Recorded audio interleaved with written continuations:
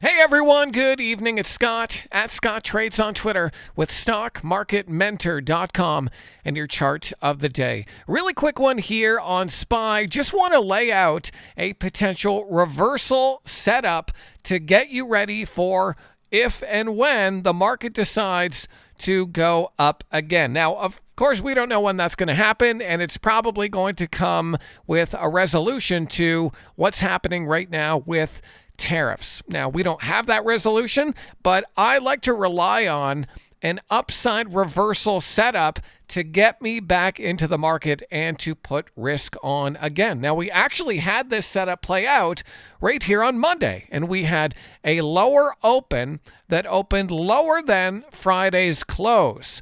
Initially, we had a bit of a flush. Once we had that flush and once the market was able to take out the high of the day, ultimately we ended up getting a nice bounce. After the close, you then saw a nice upside follow through. Now, I know the market sold off today, but in this market, if you are doing some trading, you can watch for these upside reversals for potential swing trading opportunities or even day trading opportunities.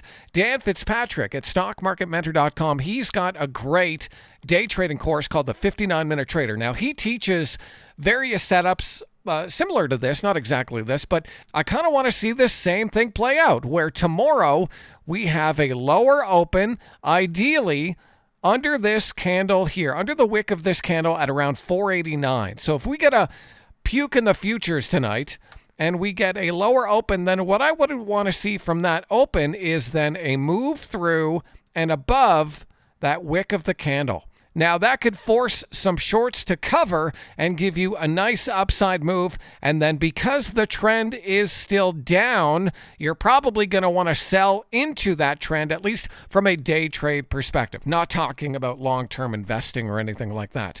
But that's a setup that I would look for tomorrow on SPY if we do get a lower open under today's intraday low.